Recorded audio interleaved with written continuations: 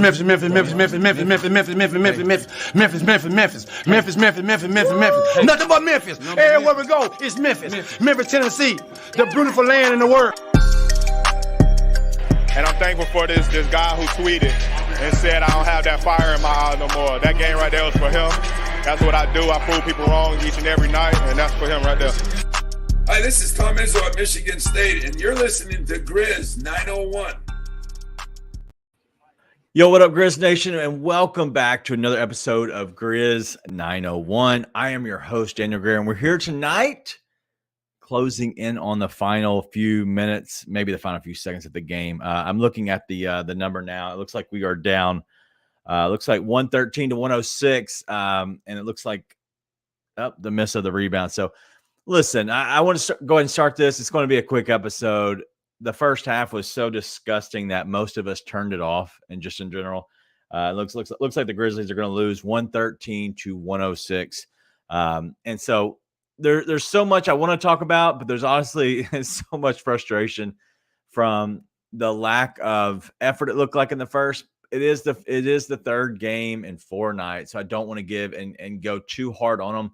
But I do want to say it's pitiful from the very beginning. Second half, they look better, much better. They won the second half. They look better in general and did cut it down from, 20 plus at some point throughout the game. It was 20 plus, and they got it down to where it wasn't as bad as a 7-point loss. So I am not taking any moral victory in a 7-point loss to the Washington Wizards, who absolutely just suck. They scored 113 points. That's it. All right, let's do this. All right, let's start the show. What up, Nate? I'm just here so I don't get fined. Listen, both of us have discussed only doing 81 games this year and not 82, and this was going to be the one we didn't do. That's brutal. Yeah. Just brutal. I mean, that first half was one of the most pitiful efforts I've ever seen this team put forth. It was horrible to watch. So, yeah, I guess moral victory, woohoo. But this team's got to learn. You better come out with your hair on fire every night. You can't hang your head because, boo me. The ref didn't give me the call. Like, dog. At some point, you got to grow up and come out and play. I don't care if it's the second night of a back-to-back in Washington. Like, show up ready to play and get wins, because based off the first 3 games, they're going to be hard for you to come by. Yeah. So you need to get after it. But listen, it's a good thing. It is a good thing. They turned it around in the second half and found some stuff. That's good. Yep. At the same time, dog, like, you can't come out and look that bad for a full half against the Washington freaking Wizards, who are terrible. Yeah. But hey, maybe you're worse. So I guess come out and prove us wrong. Yeah, for sure. Speaking of that, I need to make myself a drink. So I'm going to let you go on real quick. Come off the top rope. Let them know, kind of your final, your thoughts in general. I'll be right back. My thoughts in general, bro. Well, it's a good thing that they did turn it around, because I was ready to come off the true top rope tonight and start giving all the wrong kinds of shout outs to people. But, I guess, yeah, I'll start off with the negative. That's just one of the most pitiful first halves of basketball I've ever seen. And, like, you got to come out and do it for a full 48. And when you're down, when you're 0-2 to start the season, and neither loss felt like you were particularly close to winning. I mean, I guess the Nuggets won. You felt like you had a shot late, but still, they were the better team. You got to come out with, like, desperate for that first win. And they really blew an opportunity to get it, because the Wizards were not good tonight either, even to Wizard standards, which is not very high. But, man, the Grizzlies got to come out better than that. I mean, outside of Zaire and really Conchar, I want to say, X, there's really nobody that in that first half did anything that makes you happy. Nothing that makes you happy and is encouraging as a Grizz fan. And the second half, obviously, we're able to turn it around, do well. We got some junior minutes, which were not the best minutes, but that's, I guess, encouraging for anyone who's a fan of Junior to see him finally get some minutes. But, man, It's just an embarrassing effort, honestly. I feel pretty gross about it, despite the fact they had a really good second half. I'm not super worried about them going forward. Like, there's still a lot to be encouraged by, even in the second half of tonight's game. And then obviously last night's game, there was plenty that was encouraging. But, man, it's going to be hard to come after wins. Like, you got to bring it every night. And the reinforcements cannot come fast enough for the Grizzlies. So really need Santi Aldama back. Really need Luke Kennard back. I feel like we're still probably a week out at least from Santi getting back. Hopefully we get Luke back here pretty soon. He goes through that 49ers concussion protocol that Brock Purdy just made it through. We can get him back soon. But there are good things from tonight, though, that were encouraging. But, I mean, that's just – I don't want to take a moral victory from that. It was gross. There's zero reason they should have lost that game other than they showed up still sleepwalking. Like, come on, man. Yeah. Well, listen, third game in 4 nights, it is expected that you're going to have some kind of a issue on your legs. Like, that's going to – especially early in the season, why that we're doing it 3 games in 4 days to start the season just is really weird, Adam Silver. I'm not sure exactly – if you just forgot that, like, you got to make a schedule and, like, last minute you're like, hey, we actually have to start on the 25th. So, like, let's go ahead and push in some games real quick. And then, like, third game in 4 days with travel. Yeah, it doesn't make sense. Anyway, let's go ahead and get to the positives real quick. And the first positive I want to come to, and it's going to be Zaire, who's our player of the game. Yep. Zaire played incredible. It was his best game of the season. And so I had something up my sleeve that I wanted to do if they would have kept playing the way they were playing up into halftime. So I kind of had that ready to go. And Zaire played so well, and they got back within 10. So I had to go ahead and give him his props because he did play a good game. 60 points, 10 rebounds, 1 assist, which isn't, great, right? But the 4 3-pointers was big. And so that's why I have him up here as our Grizzlies #1 player of the game. So give me your thoughts on Zaire and how he played tonight. Dude, well, actually, while you were gone making your drink, I was talking about the only 3 Grizzlies who I think deserved flowers tonight were Xavier Tillman, John Conchar, and then Zaire Williams. Outside of that, a lot of those guys played well in the second half, but I don't really – the first half was so disgusting. I just don't care. So it was good seeing Zaire. And then you and I are actually talking about this. I'm pretty pissed off at Prize Picks because they finally took down Zaire's rebounds. And that's the only way I can bet here in Utah. In case anyone's wondering why am I talking about Prize Picks, that's why. But I was living off of some Zaire Williams rebound props. They had him at like 2.5 to start out the season. And I just was hammering them. And now it's gone, and you can see why. But listen, there's like we said, as mad as it makes me to say it, plenty of encouraging things from both tonight and last night. There's nothing more encouraging from the beginning of the season than Zaire Williams and his play. Right. I mean, the rebounding's awesome. The court vision's awesome. You can tell he's really comfortable, which is huge. And I still believe once Ja comes back, it's going to be Ja, Dez, Smart, Jaren, X probably, if I had to guess. But that Zaire, I mean, he's locked up at least the backup spot right there, 6-man spot, I think. For sure. And it's just been super encouraging. So, listen, they've got to get some wins. Like I said, I'm not super worried. I'd be lying if I said that I'm not a little worried about how much they're going to be able to keep their head above water at this point until Ja gets back. But if they can, then between what we're seeing from Zaire, saw some encouraging things from both Laravia and Roddy tonight, I think. It's going to be exciting to see. But Zaire takes the cake for tonight, man. For sure. He's just been performing so well since he came back, and tonight he was one of the only guys that performed. Yeah, 6 of 14 from the field, 4 of 12 from 3, 16 points, 10 rebounds, an assist, and 4 3-pointers. So a good night out of him completely. The rest of the team was fine. I think Jaren played well at times, and then he played so bad that it infuriates me. That he can't go to the other way once he starts dribbling a certain way when he's backing somebody down. But that's the whole story for another day, aka last night. It hasn't been that long. You know who my not my favorite player of the game is Taylor Jenkins for subbing Jitty out from getting his 10th rebound. It was a plus 3,000 for me in the squad over in the Discord. That was going to be a beautiful cash for the night. Unfortunately, he comes up short with only 9 rebounds. So besides that, great game out of Jitty. For me, listen, I know a lot of people crap on Jitty, and I have been a Jitty fan, just in general as a fan, but also just kind of a fan of his game and what he does in a lot of ways. And it's the unsung moments, and a lot of things that he does that not other players are doing, and that is boxing out. It is getting those extra, punch outs for, rebounds. It is a block. It is a steal here and there. He did lose Jordan Poole a lot. Jordan Poole is kind of shifty, so I don't want to take too much away from Jitty, but because Jordan Poole is a good guy who can slash and he's quick. But all in all, a decent night out of him.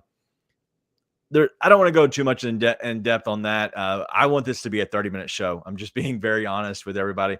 So we're going to kind of cut this off a little bit earlier than we normally would, especially in a back-to-back. But the team. All right, if you had to give me a level of threat level midnight, do you know what that's from? No, but I understand the reference. Well, it's Michael Scott at The Office. Yeah. Yes, now I actually remember that. Now I'm very sad with myself. So threat level midnight. Hey, you know what? RIP to Matthew Perry of Friends. Had me thinking about him. He died today from a drowning incident, supposedly in his jacuzzi. I'm not sure exactly what happened, but it makes me think of Friends and The Office from shows that are just classics from mainly a bunch of white people shows, if we're being honest. But let's go ahead and go to a little bit looking through the game and kind of what we're thinking and what your threat level is in general, because my thinking is I want to be very I want my alarm to be going off personally. So where are you at? I would say I'm at threat level 1 p.m. I don't know. Actually, it's probably more like 10:30 a.m. I think there's plenty of reasons to be worried, truthfully. I mean, you and I actually talked about this personally. I don't think we talked about it on the show last night, but I had zero worries about this Grizzlies team with a Ja Morant suspension until we got the news that Steven Adams was out, right? And then you're missing so many strong pieces at that point. It's going to be tough. I still think this team, they're figuring it out. They're trying to put the pieces together. They have an opportunity to still be about 500, which is all you really want to be until Ja Morant comes back, anywhere around that 500 range.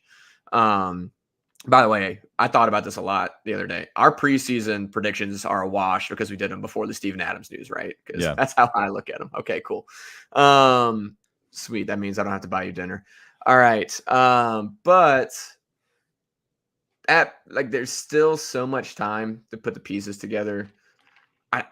Santi Aldama is going to be coming back. Luke Kennard's going to be coming back. I mean, I'm not quite there yet. I will say I do have legitimate concerns about the team being competitive enough while Ja's out to figure it out. But listen, it's only game 3. I'd say if we get to game 10, 11, 12, and we still don't have a win, I'm start being pretty worried. But outside of that, I'd say 10:30 a.m. We're not quite the threat level midnight. Actually, we're still a ways away from that level midnight. All right. So look, I'm just going to go off real quick, and this is going to be kind of on me. I think looking at this team in general, what I'm seeing is that Marcus Smart is not a point guard for this team. He's too loose with the ball. He is not that type of player. He's going to have to be an off-ball guy. And unfortunately, with Ja, that's kind of an issue. And so what I'm seeing is right now we're going to look at Derrick Rose being that guy, but then at some point, we have to figure out what Marcus Smart's role in this team. He is very loose with the ball. He has a lot of turnovers with just in general. When he gets going, and he's sped up a little bit, he does lose the ball some. I am curious how this team kind of figures things out. But the way it's going is there's too many turnovers. We're just too loose with the ball. And so I want to see how that shapes up when Ja does come back. But right now we have Bane, who is just kind of, it looks like it's not comfortable for him. Marcus Smart doesn't look comfortable. Derrick Rose does not need to play on a back-to-back for the rest of the season for whatever that looked like. That was it. And I don't want to say it again. But I just want to see possession of the basketball better and also breaking down the offense. Let's just simplify it at this point. Pick and roll, pop out, jump downs, kick outs. That's it. Let's just simplify a motion style offense because these dudes are trying to create way too much. And what's happening is we end up getting up in the air and throwing the ball to the other team because we're trying to create so much. And then when the defense, comes on us and settles on us, we're having to do something else that we're not comfortable with. And so at this point, I'm over it. I want to see more simplicity to the offense. And because of that, I hope that this team can figure things out in a sense of simplifying everything to make it more of a kind of a, I don't know, it just kind of runs on itself, like a motion, like, hey, we're going to be in and out. You're going to pop in, pop out. Everything has options, but also everything's moving. Because right now it just looks like we're trying to overcreate and just too many stupid stuff going on. Yeah. I mean, I'm not in the same place on Marcus Smart as you are. Because I thought actually last night against the Nuggets, he did a really good job of navigating through and doing some more things and creating. So I'm not with you on that. That being said, as far as the offense as a whole goes, 100% with you. It's completely disjointed. Like there's no flow to it. It doesn't look like there's any real, honestly, system there either, which is somewhat understandable, seeing as how this team was pretty much thrown together, torn apart a little bit, and now thrown back together for the first 3 games. At the same time, man, I'm like, you got to have some kind of system. It can't just be, hey, we're going to pass it around until an open shot gets there, right? Yeah. Or eventually you have Marcus Smart and Derrick Rose who just drive at the rim and still nothing happens. Like, what is the system? And right now, it doesn't look like they have one. And you've got good enough players to win some of these games. But until you start playing like a team on the offensive end, and honestly on the defensive end too. On the defensive end, there's way too many times where there's a breakdown. There's a switch that doesn't get switched, something. Like, you've got to figure that stuff out. Yeah, I agree. I don't know what's going on. I hope it changes. There's got to be some kind of change to it because it looks like it's not really in a good rhythm. There's no good rhythm to this team. And I know that they are kind of freaking, honestly, and I'm probably overreacting for the simple fact that they are missing, 5 of their top 8 players with Kennard and Aldama out, including the other 3 that are out with injuries or suspension. I'm hoping that once they get back, maybe it'll flow a little bit better, but I don't know. It just, there's no rhythm to it. David Roddy doesn't know how to box out. Jake LaRavia played much better tonight, but at times he made some of the most boneheaded plays. And so I think this team will be okay. I just want them to figure it out sooner rather than later. Listen, we have a good schedule coming up. It's Mavs on Monday. I think we play the Mavs very well, but obviously you're going against Luka Doncic, and so obviously that's an issue. And then you get the 3-game trip at Jazz, 2 at the Blazers. Like, there has to be some wins in that schedule. There has to be. If they can figure out a way at this point, listen, I said 11-14 when I was on the Daily Grind. If they can figure out a way to just get close to 500, if they can get it to 11-14, I would actually be happy at this point. But they're gonna go on a stretch where they do win some games. Okay, I don't want people to freak out and be like, "Hey, this is bad," because everybody's either one way or the other. Some people are so one the other way that now we're having to be going the other way of saying, "Hey, everything's actually okay." I think there's a middle area of, "Hey, this isn't okay. This is not a good team right now." They also will get some people back. They also will figure some things out. They also shoot better at some point, and at that point, you don't have to try as hard. You have to work as hard, and you don't obviously have 3 games in 4 days, which is obviously, which is an issue just in general. That's an issue. Well, but I don't want to spend too much time on this game. What else do you have on this game just in general before we get into a little bit of the Mavs preview? And hey, we're going to get out of here. It's a Saturday night. I got things to do.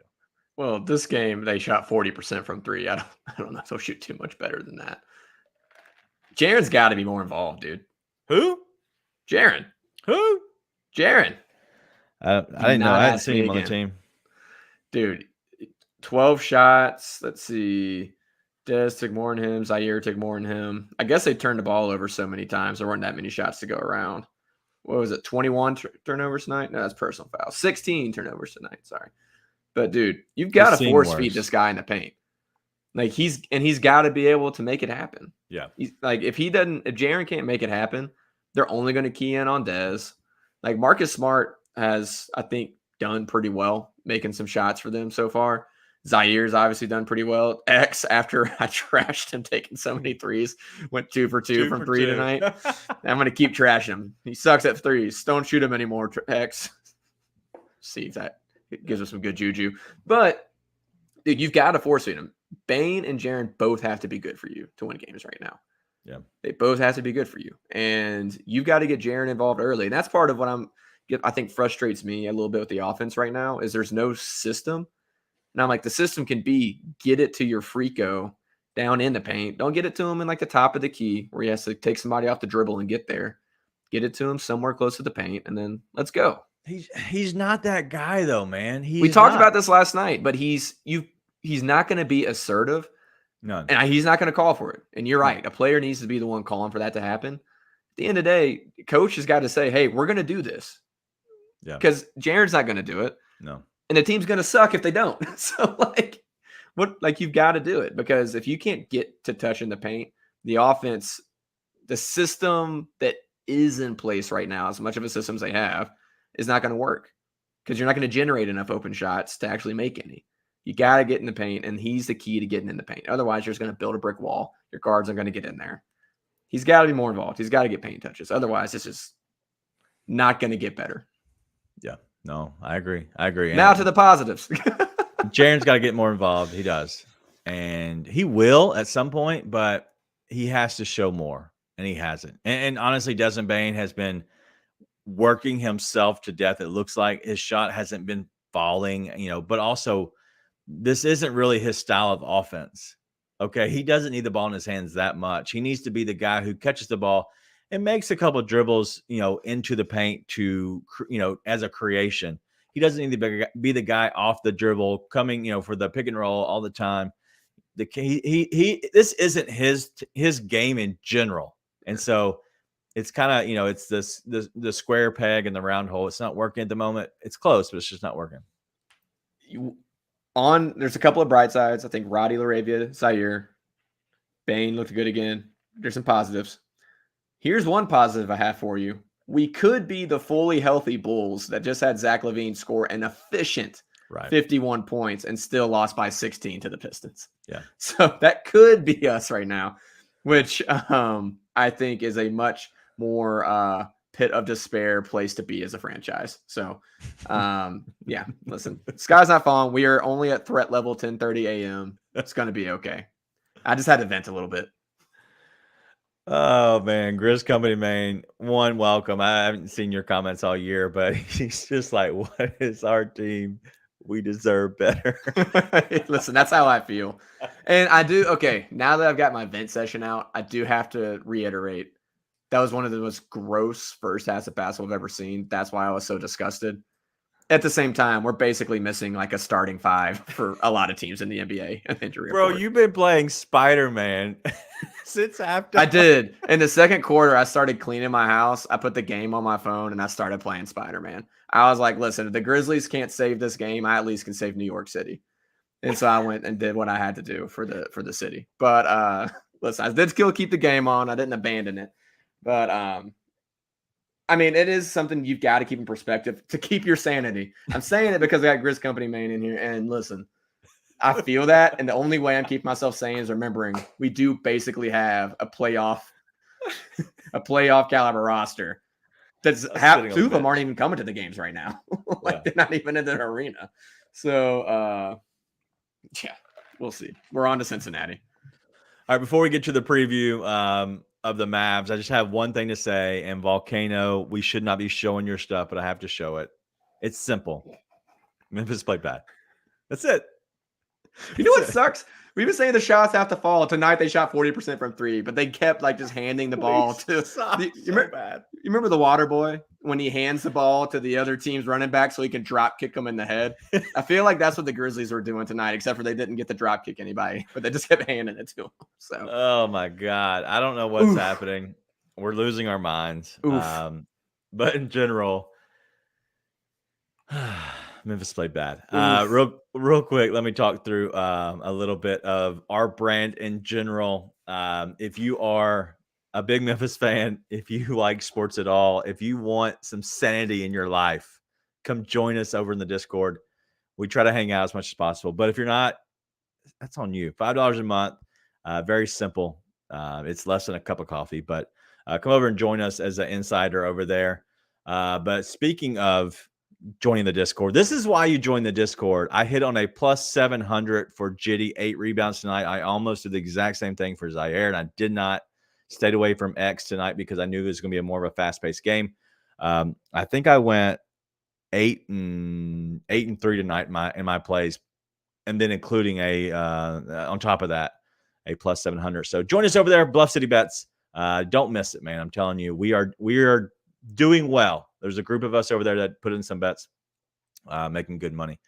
And that is it. Let's go ahead and get into our Mavs preview real quick. I can't even find the thing I'm looking for at this point. I'm so frustrated. I don't wanna. Let's simplify this real quick. Is this a must win? No. Okay. Is it going to be worse Monday when you're not going to be on the show? You're going to an event with your wife. Shout out to the missus. Yep. Sean Coleman will actually be joining me. So we're going to be doing the show together. If they lose again and they start off 0-4, what's your threat level? Are we close to midnight yet? No. I'll be 11:30 a.m. Like, you were just at 1. I know, and then I said I'd scaled it back to 10:30 a.m. So I'll be at 11:30 a.m. Listen, I'm interested in the moves they make once they get past the 5 games and they get some exceptions and waivers, right? That's going to be, I think, more interesting to me. If they don't make a move and they're 0-5 and they get to 0-6, I think I'll be getting more towards 3:30, 4 p.m. But I'm at 10 o'clock at that point. I think you do need to win 2 of these next 4. You need to split these. So I think if they honestly, the way they played tonight and the way Lucas started out the year, I'm not feeling super confident for the game on Monday night. That being said, they got some momentum in the second half. I think they come out with more energy on Monday. Knock on wood. I said that about tonight too. And there's a chance they get a win. But you need to win 2 for sure of the Jazz Portland games. You got to win 2 of those. I don't care if it's win 1 against the Jazz, win 1 against Portland, or win 2 against Portland, whatever it's got to be. But you got to win 2 of these next 4. Yeah, I think you do. Otherwise, it's going to be a little bit of things are starting to catch on fire. Not because you can't come back from an 0-. Oof. It's kind of gross to think about. Would that be 0-7, 0-6, 0-7? Because they played 3 games when some teams are still playing their second right now. You can come back from that, even though it's gross to think about. You can. It's more so the inclination of what that means. It's like, dude, 7 games and you still haven't been able to put together a winning effort and figure it out. Like, it's going to be hard for you to string together enough wins to stay afloat until the cavalry comes in. But, if they lose on Monday night, it's not a must win. I'm not saying that whatsoever. I think you need to win 2 of these next 4 games, though. Was Luke on the bench tonight?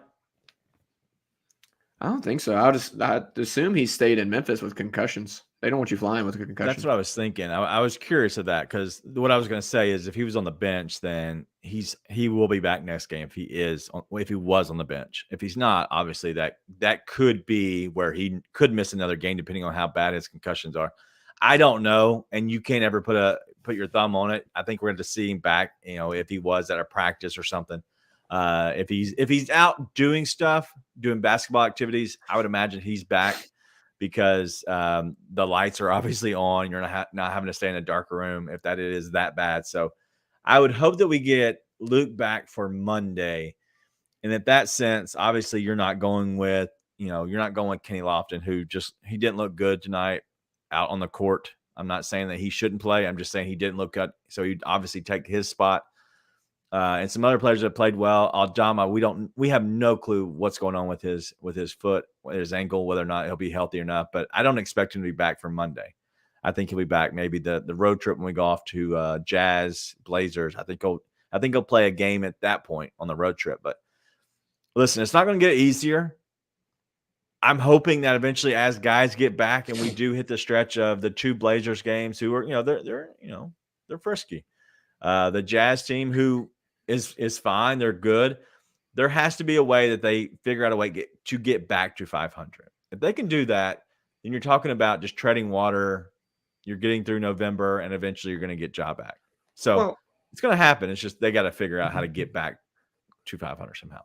And honestly, even with the roster they have right now, and I know this is a family podcast. I'm sorry to my mother-in-law, Cecil, if you're listening to this, I apologize. But you saw what happened when the Grizzlies gave a shit in the second half.